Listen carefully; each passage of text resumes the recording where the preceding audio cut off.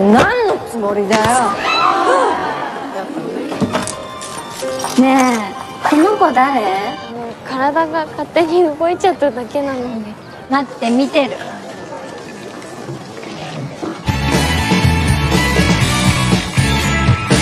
Halo guys, kembali lagi di channel Topeng Hitam Official guys ya. Bagaimana kabar kalian hari ini? Semoga kalian selalu sehat dan banyak rezeki ya guys. Di video kali ini kita akan menceritakan film yang berjudul Honey Lemon Soda yang dirilis pada tahun 2021. Film ini diadaptasi dari sebuah manga dengan judul yang sama. Oke, tanpa basa-basi lagi langsung saja kita ke alur ceritanya guys ya. Cerita dimulai dengan memperlihatkan seorang cewek yang sedang bercermin. Dia adalah Ishimori. Dengan mengendarai sepedanya, Ishimori terlihat sangat senang karena hari pertamanya masuk ke sekolah SMA. Di sisi lain, saat di sekolah terlihat seorang siswa yang dikelilingi para siswi. Siswa itu bernama Miura. Dirinya merupakan cowok populer di kalangan cewek di sekolahnya. Di pagi itu, Miura yang bersama temannya didatangi dua siswa karena mereka tak suka dengan gayanya. Kemudian Miura dengan cepat membuka minuman lemon soda dan menyiramkan kepada mereka. Namun diduga terlihat Ishimura juga terkena karena dirinya berjalan menunduk tak melihat sekelilingnya. Kemudian teman cewek Miura menghampiri Ishimori. Namun Ishimori malah langsung pergi karena dirinya sangat malu menjadi pusat perhatian para murid di sekolah. Terlihat Miura kaget setelah melihat Ishimori karena sebelumnya Miura secara tak sengaja melihat Ishimori sedang dibully oleh teman SMP Ishimori. Mereka beranggapan jika Ishimori tak layak masuk sekolah SMA favorit. Kemudian mereka pun pergi. Di sini Miura datang menghampirinya dan menyarankan Ishimori untuk daftar ke sekolah SMA favorit mereka. Karena Miura juga masuk ke sekolah itu. Mendengar hal itu, Ishimori memutuskan jika dirinya ingin berubah dari sikapnya yang pendiam. Karena Ishimori ingin masa SMA-nya memiliki banyak teman. Namun perubahan yang diinginkan Ishimori membutuhkan waktu. Karena dirinya kembali bertemu dengan para pembuli sewaktu SMP. Dan sekarang mereka juga bersekolah di SMA yang sama. Dia kembali di masa di mana dikerjai para pembuli. Saat itu sepatunya dibuang ke tempat sampah. Ishimori masih belum cukup kuat untuk membalas perbuatan mereka karena dirinya hanya sendirian. Kemudian Miura yang melihat Ishimori termenung, dirinya pun mencoba memberi saran jika dirinya tak berani melawan, Ishimori akan seterusnya diperlakukan seperti itu. Dan setidaknya Ishimori bisa meminta tolong kepada seseorang. Mendengar hal itu, Ishimori hanya terdiam dan pergi meninggalkannya. Di keesokan harinya, Ishimori bertemu dengan para pembuli.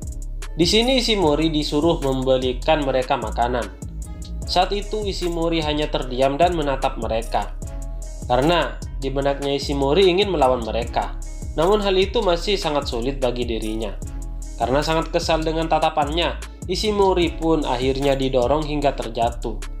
Kejadian tersebut telah menarik perhatian para murid yang lain.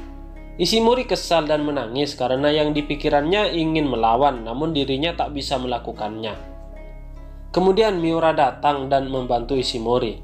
Dia pun memperingatkan mereka untuk tidak mengganggunya kembali.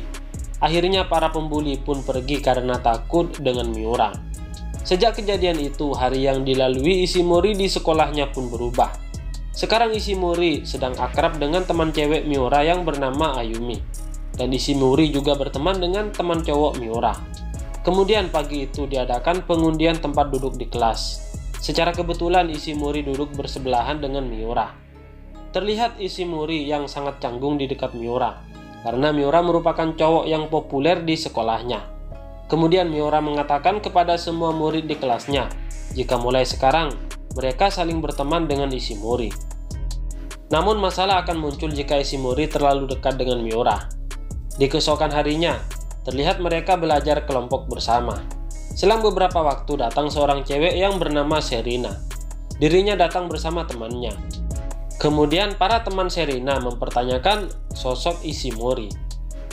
Mereka membandingkan dengan Sherina karena sebelumnya Sherina adalah mantan Miura dan Ishimori tak pantas berada di kelompoknya Miura.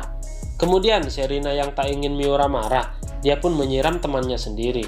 Akibat kejadian tersebut saat di sekolah, teman Sherina ingin membalas perbuatannya dan ingin menampar Sherina. Namun hal itu dihentikan oleh Ishimori. Selang beberapa waktu, pertikaian mereka dihentikan oleh Miura. Saat pulang sekolah, Ishimori bersama dengan Sherina dan Ayumi. Mereka sedang berada di sebuah taman. Di sini, Sherina berterima kasih kepada Ishimori.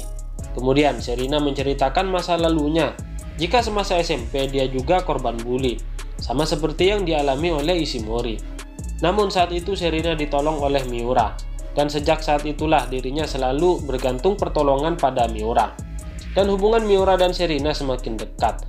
Namun saat SMA, Sherina tak ingin bergantung kepada Miura. Namun mereka masih memendam perasaan masing-masing. Ishimori yang mendengarkan hal tersebut, akhirnya Ishimori memilih menghindar dari Miura. Dirinya beranggapan tak ingin menjadi penghalang perasaan mereka berdua. Singkat cerita, saat acara festival secara kebetulan mereka bertemu. Di sini Miura menanyakan kepada Ishimori jika dirinya selalu menghindar dari hadapannya. Kemudian Ishimori mengatakan jika dirinya tak pantas dekat dengan Miura, karena Ishimori hanyalah cewek pengecut. Namun Miura beranggapan jika dirinya bukan cewek seperti itu. Mendengar hal tersebut, Ishimori sangat terharu, karena ada seseorang yang mempedulikannya. Karena kejadian semalam itu, Ishimori akhirnya memberanikan diri untuk menyatakan perasaan cinta kepada Miura. Dan akhirnya perasaan Ishimori tersampaikan. Mereka pun menjadi sepasang kekasih. Hari-hari mereka lalui dengan sangat bahagia dan menghabiskan waktu bersama. Namun kebahagiaan itu terhenti dan mulai muncul masalah. Ketika Ishimori ingin mengetahui tentang diri Miura yang belum dirinya ketahui. Salah satunya tentang keluarga Miura. Mendengar hal itu, Miura memilih diam karena sebuah alasan. Dan di sini diketahui ternyata Miura hidup sendiri dan dirinya bekerja paruh waktu menjadi barista untuk membiayai hidupnya. Karena dia tak ingin dikasihani oleh temannya. Miura sendiri memilih untuk diam dan merahasiakannya kepada semua temannya. Namun akhirnya rahasia Miura diketahui oleh temannya dan memberitahu kepada Ishimori. Setelah mengetahui informasi tersebut, malamnya Ishimori mencari tempat Miura bekerja. Kemudian Miura terkejut melihat Ishimori berada di tempat dirinya sedang bekerja. Di sini Ishimori ingin mengetahui alasan merahasiakannya tentang semua ini.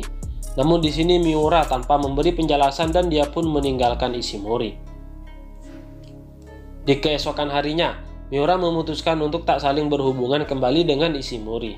Singkat cerita, ketika malam Natal terlihat Ishimori bersama temannya membuat sebuah pesta kecil, dan tanpa adanya Miura karena dirinya masih bekerja.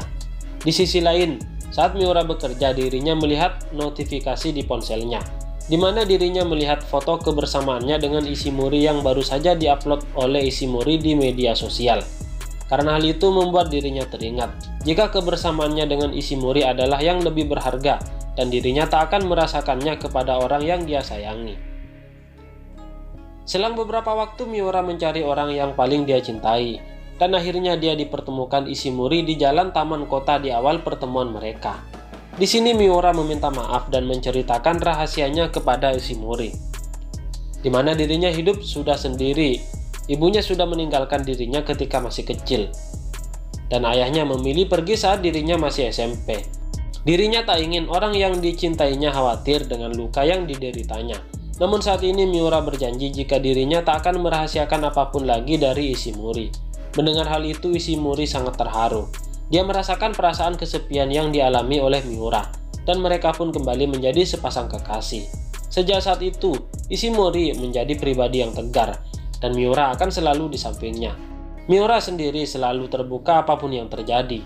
Hari demi hari mereka lalui dengan bahagia, hingga akhirnya film ini pun selesai guys ya. Dari cerita ini kita bisa mengambil pelajaran, jika merahasiakan sesuatu memang harus hati-hati karena tak semua orang peduli dengan cerita kita. Oleh karena itu kita harus pintar memilih teman untuk bercerita. Oke, bagi kalian yang baru menemukan channel ini, mohon dukungannya dengan cara klik like, share dan juga subscribe di bawah ini. Serta aktifkan juga tombol loncengnya, supaya kalian tahu jika ada konten terbaru dari channel ini guys ya. Oke, terima kasih guys, bye bye.